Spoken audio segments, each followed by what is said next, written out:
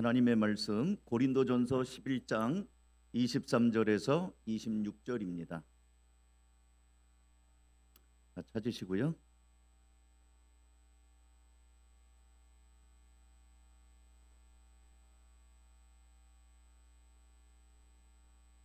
저하고 여러분이 도독을 하겠습니다. 고린도전서 11장 23절부터 26절. 내가 여러분에게 전해준 것은 주님으로부터 전해받은 것입니다. 곧 주 예수께서 잡히시던 밤에 빵을 들어서 다 같이 떼시고 말씀하셨습니다. 이것은 너희를 위하는 내 몸이다. 이것을 행하여 나를 기억하여라. 식후에 잔도 이와 같이 하시고서 말씀하셨습니다. 이 잔은 내 피로 세운 새 언약이다. 너희가 마실 때마다 이것을 행하여 나를 기억하여라. 다 같이. 그러므로 여러분이 이 빵을 먹고 이 잔을 마실 때마다 주의 죽으심을 그가 오실 때까지 선포하는 것입니다. 아멘. 자, 이제 오늘 4월이 시작되었고요. 4월 첫 주일입니다. 4월은 12월 달에 하면은 연말이고 예수님 오신 성탄절이 있잖아요. 그래서 우리가 예수님 오신 걸 굉장히 기뻐하는데 어떤 면에서는 예수님의 성탄보다도 예수님의 죽으심과 사망 권세를 깨고 부활하신 날이 더 큰 날이에요. 우리 신앙에 있어서는. 왜냐하면 예수님 오신 건 우리가 기쁘게 맞이하지만 부활은 바로 내 문제가 되기 때문에 그렇습니다. 그래서 4월은 예수님의 고난과 죽음 그리고 부활이 있는 매우 중요한 달입니다. 그리고 예수님을 따르는 제자들인 우리에게 이제 우리가 세상에 나가지 않습니까?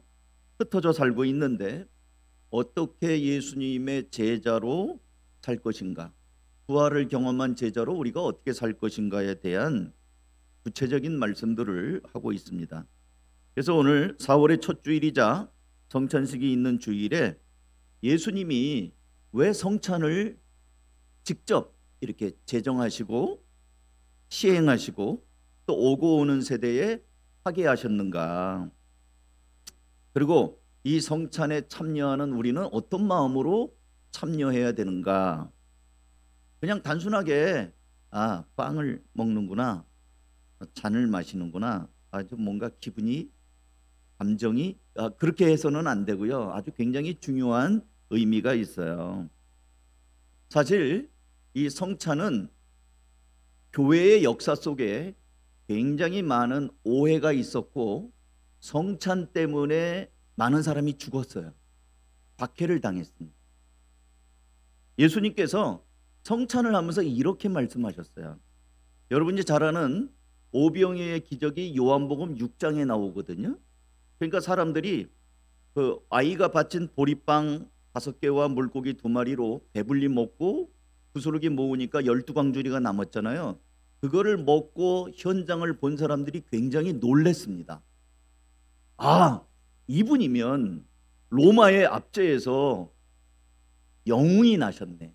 이분이면 전쟁할 때 아프거나 다치거나 이러면 고쳐주실 수 있고 또 빵 조금만 있어도 얼마든지 불려서 먹일 수 있으니까 불량미 걱정 안 해도 되고 천하무적이 될 수 있겠구나. 그래서 예수님을 억지로 잡아서 임금을 세우려고 했습니다.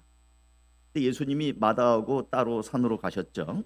근데 사람들이 예수님을 찾아서 이제는 눈이 속된 말로 눈이 벌게 가지고 예수님을 찾아다닌 거예요.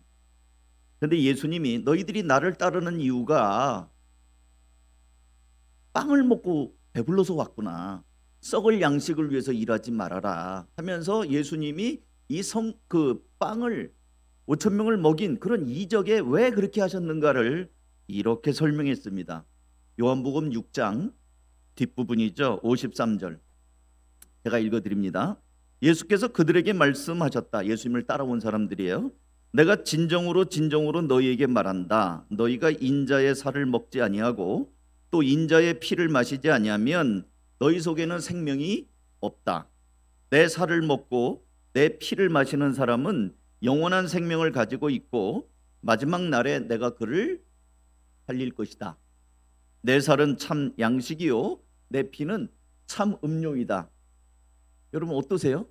이 말씀을 듣는데 좀 정상적으로 들리세요? 아니, 살을 먹어야 된다고? 피를 마셔야 된다고? 좀 엽기적인 느낌 들지 않아요? 아니, 사람의 살과 사람의 피를 마셔야, 그것도 그 기독교라는 그 교주의 살과 피를 마셔야지 뭐 영생을 얻는다고? 이거 모르는 사람이 들으면 굉장히 엽기적으로 들립니다. 예. 기독교인들은 하나님 외에는 경배할 대상이 없다고 그래서 로마의 황제를 숭배하지 않았거든요. 근데 로마의 황제를 숭배하지 않은 것도 미운데 은밀하게 자기들끼리 모여가지고 인육을 먹고 피를 마시는 집단이구나. 아, 이거는 두어서는 안 되는구나. 여러분, 만약에 우리나라에 어디 강원도 깊은 골짜기에 계룡산 그쪽에서 이런 집단이 있다고 생각해 보세요. 제가 어렸을 때 초등학교 다니기 전에 저희 동네 언덕 뒷산에 문둥이가 한 사람 살았어요. 나병 환자가 있었어요. 근데 우리 할머니가 그쪽 가지 말라고, 거기 문둥이는 애들 잡아갖고 간을 빼먹는다고 그랬어요. 그래갖고 얼마나 무서워가지고 얼씬도 안 했던 기억이 있어요. 나중에 그 문둥이가 어디에 갔는지 없어졌는데 얼마나 무서웠겠어요. 애들 잡아서 간 빼먹는다고 그러는데. 그러니까 어디 계룡산 어디에 무슨 사이비 신흥 종교가 일어났는데 거기 사람 죽여갖고 살 발라서 먹고 피를 마신다고 해보세요. 그거 그냥 두겠어요? 신고해야죠. 없애버려야죠. 그러니까 기독교인들은 저런 이상한 집단이다. 그래가지고 네로 황제는, 여러분 네로 황제는 아마 들어봤을 거예요. 네로 황제는 기독교인들을 박해하는 빌미로 삼았습니다. 이것들은 사람의 살을 먹고 피를 마시는 이상한 집단이다. 그러면 예수님께서는 이런 오해의 소지가 있는 말씀을 왜 하시고 또 성찬을 왜 그렇게 하셨는가? 그냥 곱게 식사만 하시고 축복해 주면 되지. 꼭 방법이 그거밖에 없는가? 예수님은 이 성찬을 왜 하셨는가? 근데 예수님의 말씀을 들어보면 예수님을 기억하게 하시려고 그렇게 말씀을 하셨습니다. 자, 사람은요, 여러분들도 우리가 다 예수님을 믿지만 솔직히 여러분 예수님을 지금 이렇게 믿는 게 좋으세요? 아니면 예수님이 마치 산신령처럼 아무개야 내가 널 사랑한다, 이런 말이라도 한번 들려주면 좋겠어요.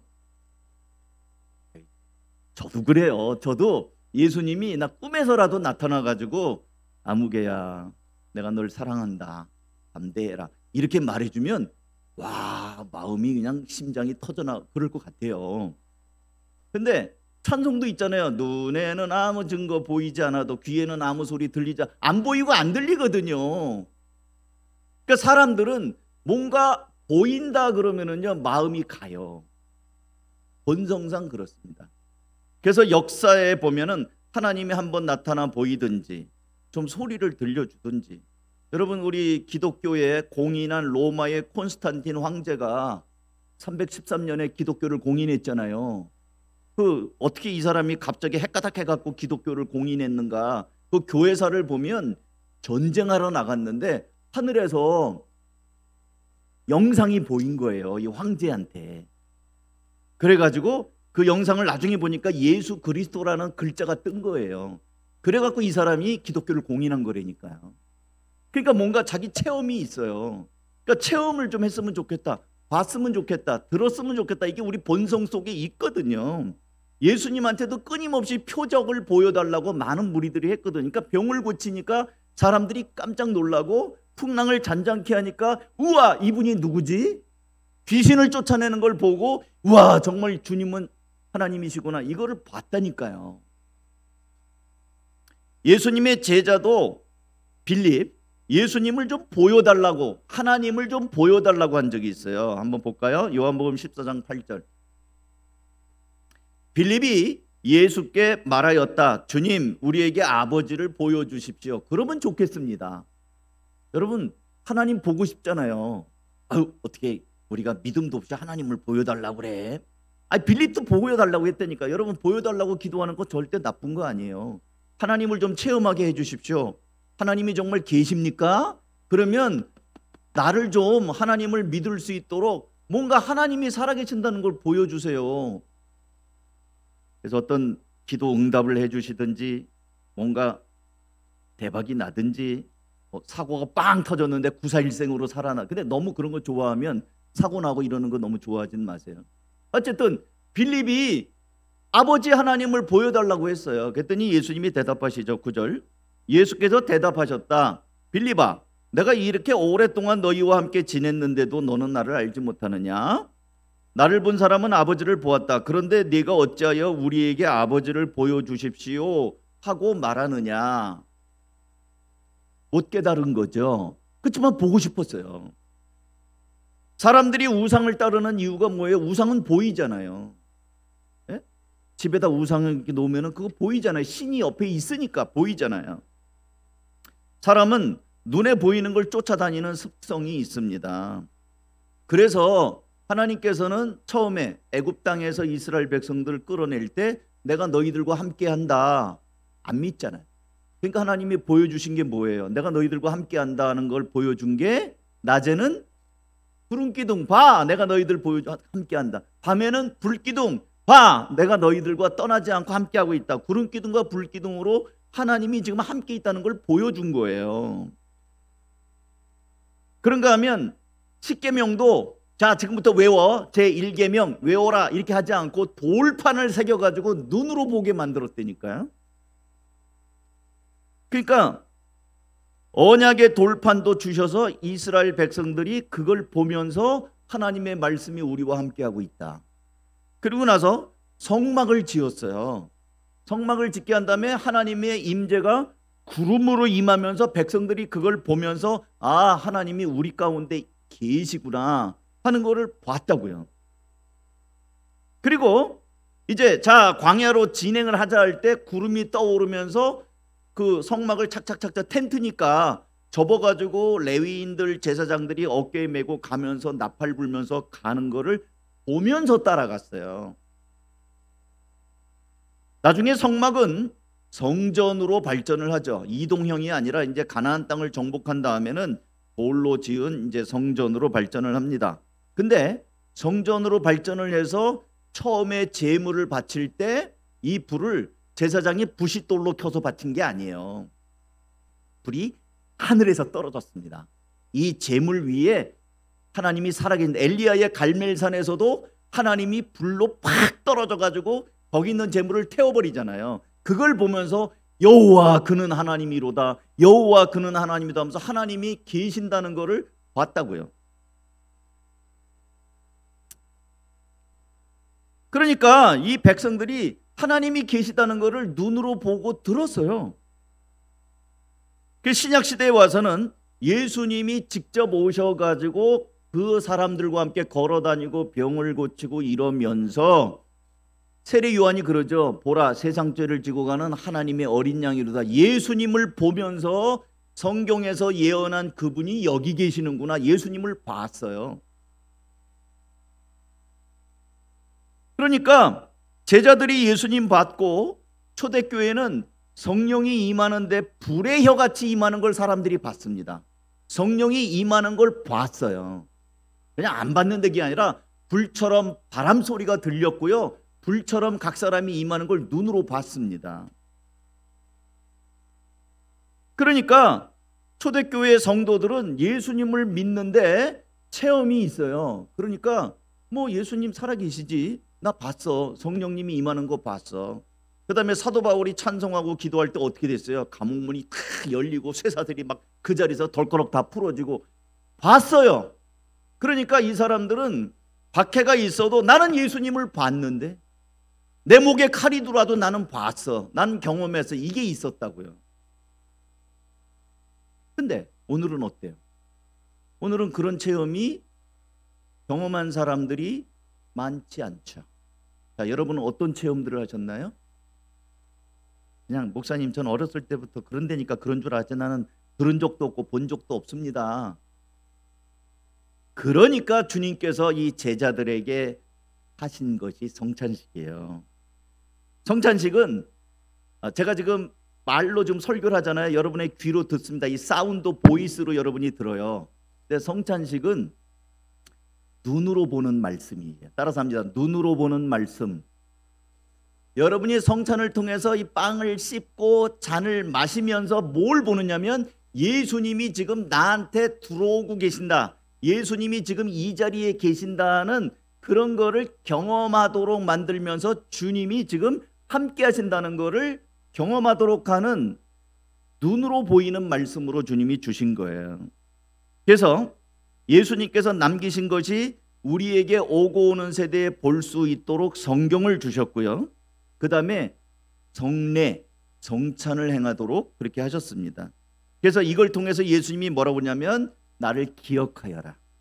너희들이 성찬을 하면서 나를 기억해라. 그래서 뭘 기억을 하는가?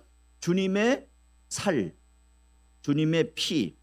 로마의 박해자들이 이거는 식인종들이다 그게 아니고요. 나를 위하여 십자가에서 찢기신 주님의 몸, 희생, 나를 위하여 흘리신 예수 그리스도의 보혈. 특별히 구약에서는 그 양을 잡아서 피를 바르면, 피를 뿌리면 그 피가 닿는 것마다 다 거룩해졌습니다. 예수님의 십자가의 피, 그걸로 인하여 피 뿌림을 받으면 우리는 부정한 사람이지만 깨끗하게 변하게 하시는 하나님의 치유와 회복의 능력이 있어요. 그래서 우리가 구원받는 게 십자가 보혈로 구원을 받는다. 십자가의 보혈을 의지하면서 우리가 구원을 얻는다 그러는 거예요. 여러분 이제 여기 오늘 PPT에는 안 띄웠는데 한번 찾아보겠습니다. 히브리서 9장 22절 말씀을 한번 찾아보겠습니다. 신약 성경 뒷부분에 있어요. 히브리서 9장 22절. 다 같이 한번 찾으세요.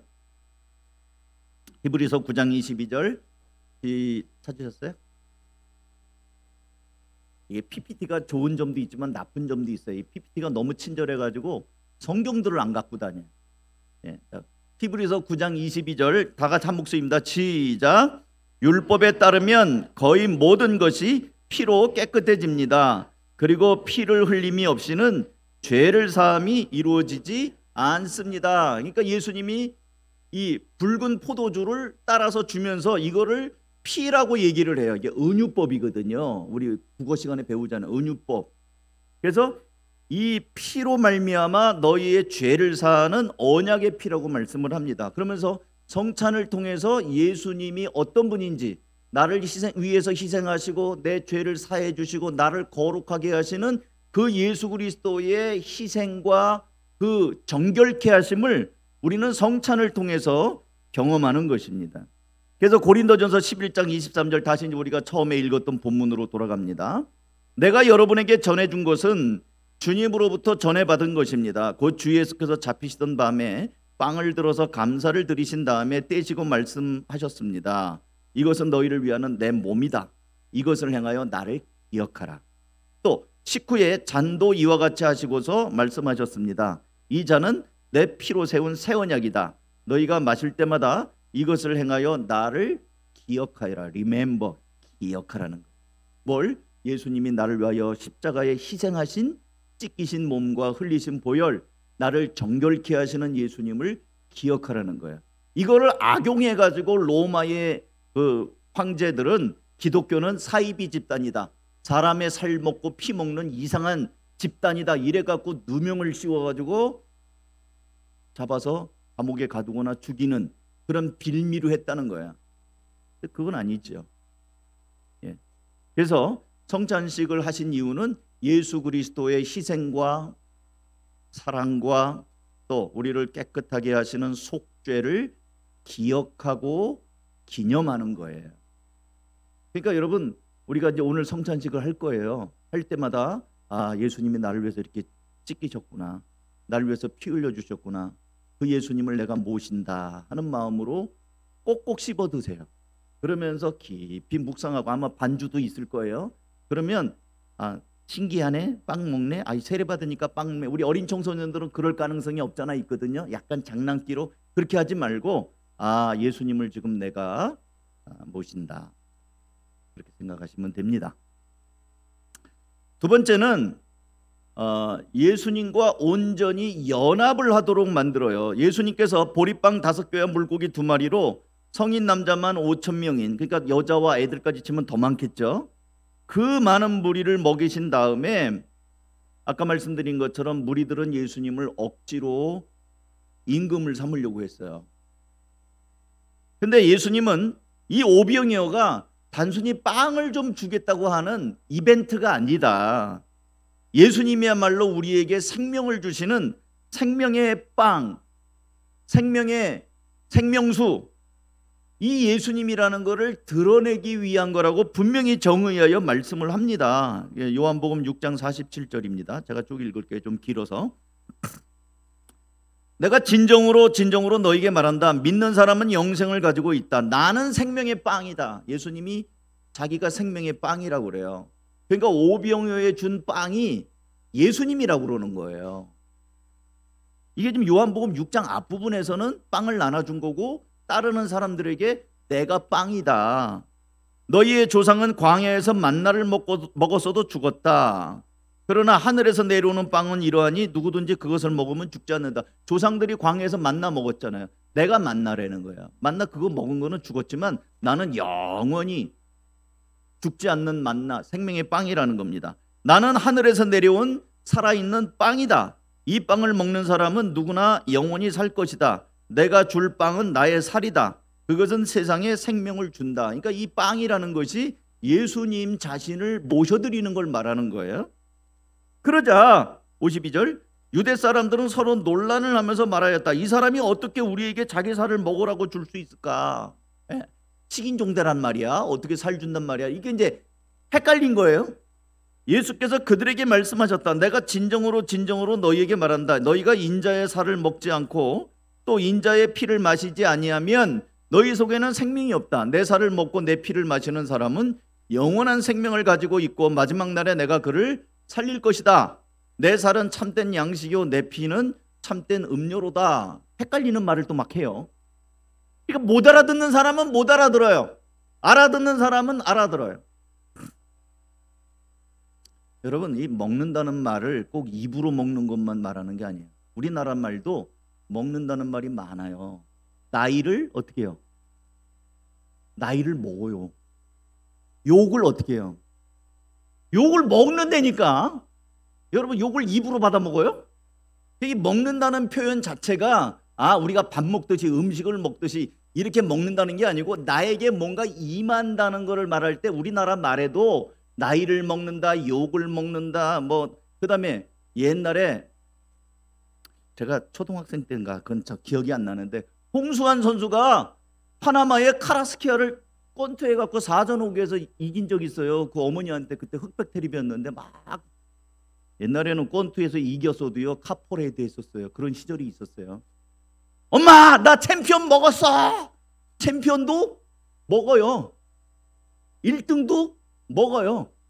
그러니까 이 먹는다는 표현이 여러분 예수님이 빵을 먹은 내 몸이다니까 예수님을 뜯어 먹어야 된다. 상상하니까 그게 아니고요. 예수님을 모신다. 예수님을 내가 경험한다라는 그런 은유적인 표현이라는 거예요. 근데 로마의 이 제국은 안 그래도 미운 털백인 이놈들을 잡아가두기 위해서 핍박하기 위하여 꼬투리를 잡은 거예요. 말꼬리 잡으려면요 뭘 못 잡겠어요. 그러니까 예수님께서 이제 말합니다. 지금 이제 56절, 내 살을 먹고 내 피를 마시는 사람은 내 안에 있고 나도 그 사람 안에 있다. 그 사람 안에 있다라고 얘기하잖아요. 살아계신 아버지께서 나를 보내셨고 내가 아버지 때문에 사는 것과 같이 나를 먹는 사람도 나 때문에 살 것이다. 이것은 하늘에서 내려온 빵이다. 이것은 너희 조상이 먹고서도 죽은 그런 것과는 같지 아니하다. 이 빵을 먹는 사람은 영원히 살 것이다. 그러니까 주님을 모셔드려서 주님과 내가 연합하는 것을 먹는다라고 표현을 하는 거예요. 그러니까 성찬할 때 아까는 나를 위하여 찢기시고 피 흘리신 예수님을 묵상하고 기억하는 거고요. 두 번째는 그 예수님을 내가 모셔드리는 거예요. 그래서 내가 예수님하고 하나가 되는 거예요. 하나. 우리가 음식을 먹으면서 소화가 되고 피가 되고 살이 되고 그러는 것처럼 예수님을 모시면서 나하고 예수님이 하나가 되는 거. 여러분이 성찬을 통해서 그런 결단, 주님 제가 주님을 모십니다. 내 생각 속에 내 행동 속에 늘 예수님이 함께하여 주시오. 예수님하고 온전히 연합하게 하기 위하여 예수님께서는 받아 먹으라, 받아 마시라. 너하고 나하고 연합한다. 그래서 요한계시록 3장 20절에도 누구든지 내 음성을 듣고 문을 열면 내가 그에게로 들어가 그와 더불어 먹고 그는 나와 더불어 먹으리라. 하나가 될 것을 말씀을 하셨다는 거예요. 마지막으로 하나 더 말씀드릴게요. 예수님이 또 성찬을 하면서 이렇게 말씀을 합니다. 20절 말씀을 띄워주세요. 요거는 좀 세번역으로 아주 쉬운 성경으로 제가 따왔어요. 그러므로 우리는 그리스도를 대신하여 일하는 대사입니다. 하나님께서는 우리를 시켜 여러분을 권하십니다. 이제 그리스도를 대신하여 여러분에게 권합니다. 하나님과 화목하십시오. 그러니까 우리 예수 믿는 사람을 뭐라고 그러냐면 대사. 여러분 대사 아시죠? 외국에 있는 우리나라 대사관에 대사를 파견하면 그 나라 대통령하고 대사하고 처음 만나는 자리에서 하는 일이 있습니다. 뭐죠? 신임장을 줘요. 내가 당신을 대한민국을 대표하는 대사로 인정하고 나의 대화 파트너로 인정한다 하면서 신임장을 준단 말이에요. 외국의 정상을 아무나 만나는 게 아니에요. 우리나라의 권위로 대사를 파견하면 그 나라에서는 당신이 대한민국을 대표해서 왔구나. 그러면 나는 인정하겠다고 하면서 파트너로 대사에게 신임장을 준다고요. 그러면 이 사람은 그때부터 대통령은 아니지만 대한민국 대통령 역할을 해요. 그래갖고 뭔가 기분 나쁜 일이 있잖아요. 우리나라하고 일본하고 기분 나쁜 일이 있잖아요. 독도 자기네 땅이라고 막 어거지 부리잖아요. 그럼 대한민국에서 외무부 장관이 기분 나쁘면 어떻게 합니까? 우리나라에 와 있는 일본 대사를 불러요. 대사 초치해가지고 당신네 나라가 그러면 되겠느냐고 막 대사한테 뭐라고 얘기해요. 그러면 대사는 또 일본 대표해서 뭐 그거 어쩌고 또 이렇게 얘기해요. 그러니까 대사라고 하는 거는 그 나라를 대표하는 거예요. 근데 우리에게 너희들은 나의 대사다. 영어 써놨어요. We are ambassador. ambassador가 대사거든요. ambassador for Christ. 예수님을 대신한 사람으로 우리가 산다는 거예요. 이게 정체성입니다. 근데 성찬식을 하는 자리에 예수님께서 그 말씀을 하셔요. 뿐만 아니라 그리스도인들은 예수님이 어떤 분인지 예수님의 마음을 보여주는 우리를 향하여 그리스도의 편지라고 얘기합니다. 고린도후서 3장 3절. 여러분은 분명히 그리스도께서 쓰신 편지입니다. 우리는 그것을 작성하는데 봉사하였습니다. 그것은 먹물로 쓴 것이 아니라 살아계신 하나님의 영으로 쓴 것이요 돌판에 쓴 것이 아니라 가슴판에 쓴 것입니다. 우리 신자들을 향하여 그리스도의 편지라고 합니다. 여러분 편지 아시죠? 편지 열면 뭐가 있어요? 공문서하고 편지는 달라요. 공문서는 완전히 업무죠. 모년모월 못이 육하원칙으로 딱딱해서 뭐 돈 내라라든지 뭐 알린다라든지 경고한다라든지 이게 공문서예요. 편지는 뭡니까? 편지는 마음이 담겨 있어요. 사랑이 담겨 있어요. 감정이 담겨 있습니다. 그러니까 우리는 예수 그리스도를 나타내는 편지예요. 그러니까 우리가 예수님의 마음, 예수님의 사랑 그것이 담겨 있는 편지예요. 그럼 이 편지를 읽는 사람에게는 전달이 됩니다. 여러분 사랑하는 사람들끼리 편지 주고받잖아요. 편지 주고받으면 거기에 마음이 전달이 돼요. 그러니까 우리가 그리스도의 편지라고 한다면 이 세상 사람들을 만날 때 그리스도의 마음이 같이 전달이 되는 거예요. 여러분의 말, 여러분의 행동 그런 것들을 통하여 예수님이 여러분을 통해서 그 사람에게 전달이 되는 거예요. 그래서 우리가 그리스도의 편지라는 거예요. 사도 바울은 두 가지를 얘기했어요. 당신들은 예수 그리스도의 대사입니다. 하나님의 나라를 대표하는 사람입니다. 또 하나는 그리스도의 마음이 담긴 편지들입니다. 다른 데서는 우리를 향하여 그리스도의 향기라고 얘기합니다. 향기. 향기라고 하는 거는 오늘 여러분들 사람마다 다 체취가 있어요. 쓱 지나가면 향기가 탁 나요. 그죠? 그런 것처럼 우리를 통하여 그리스도를 나타낸단 말이죠. 그러니까 예수님께서는 이 성찬을 통하여 제자들 한 사람 한 사람이 분명한 목적을 가진 사람이다라고 하는 정체성을 바꾸어 주는 거예요. 우리 주민등록증 몇 살에 나오죠? 18살에 나오나? 분이 주민등록증 있어? 아직 없어? 네. 주민등록증이 있다는 얘기는 대한민국에서 성인이 됐다라는 것을 인정을 받는 거예요. 물론 20살이 돼야 되긴 하겠지만, 성찬을 통해서 예수님께서 이제 너희는 그리스도의 죽으심을 오실 때까지 전하라고 얘기합니다. 그런가 안 그런가 보게. 11장 26절 고린도 전서 11장이 오늘 읽은 거. 고린도 전서 11장 26절 띄워주세요. 같이 읽습니다. 시작. 그러므로 여러분이 이 빵을 먹고 이 잔을 마실 때마다 주님의 죽으심을 그가 오실 때까지 선포하는 것입니다. 주님의 몸을 상징하는 빵을 먹고 피를 상징하는 잔을 마셨어요. 동시에 어떤 일이 되냐면 너희들이 이제는 나가서 주님의 죽으심을 전하라는 겁니다. 이게 위임명이에요. 위임명. 그러니까 이제 우리는 세상 속에서 그리스도를 전하는 사람들, 그리스도의 대사, Ambassador for Christ, 예수님을 대표하여 전하는 사람으로 성찬을 하면서 제자들에게 임무를 부여했다는 거예요. 근데 여러분, 인격적인 예수님은 억지로 사명을 주실 때 억지로 막 강요하지는 않으셔요. 예수님이 오병이어를 기적을 가지고 생명의 빵이 되시는 예수님을 말씀하자 제자들은 이 말씀 어렵다. 어떻게 살을 먹고 피를 마셔? 제자들도 헷갈리고요. 따르는 사람들도 고민에 빠졌어요. 그럼 어떻게 해요? 이단 아니야? 그럼 어떻게 해요? 요한복음 6장 54절. 내 살을 먹고 내 피를 마시는 사람은 영원한 생명을 가지고 있고 마지막 날에 내가 그를 살릴 것이다. 내 살은 참 양식이요 내 피는 참 음료로다. 이 말을 했더니 제자들이 아멘 할렐루야 그런 게 아니에요. 60절 그 밑에 같이 읽습니다. 시작. 예수의 제자들 가운데서 여럿이 이 말씀을 듣고 말하기를 이 말씀이 이렇게 어려우니 누가 알아들을 수 있겠는가 하였다. 누가? 예수의 제자들이. 어렵다고 그랬어요. 어려워서 어떻게 했다고요? 66절 같이 읽습니다. 시작. 이 때문에 제자 가운데서 많은 사람이 떠나갔고 더 이상 그와 함께 다니지 않았다.